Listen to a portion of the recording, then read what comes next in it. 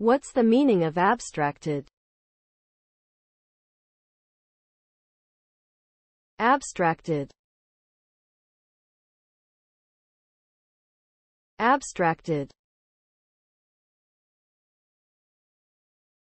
Abstracted. Abstracted. Abstracted. The word abstracted can be used to describe someone who is lost in thought or preoccupied with something else.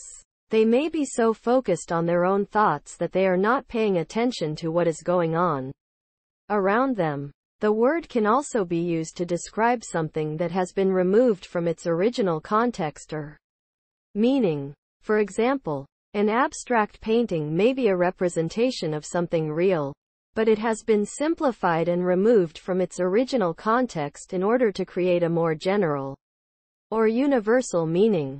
Here are some examples of how the word abstracted can be used in a sentence. The professor looked abstracted as he pondered the problem.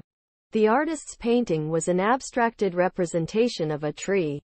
The student was so abstracted in her thoughts that she didn't notice the teacher calling her name.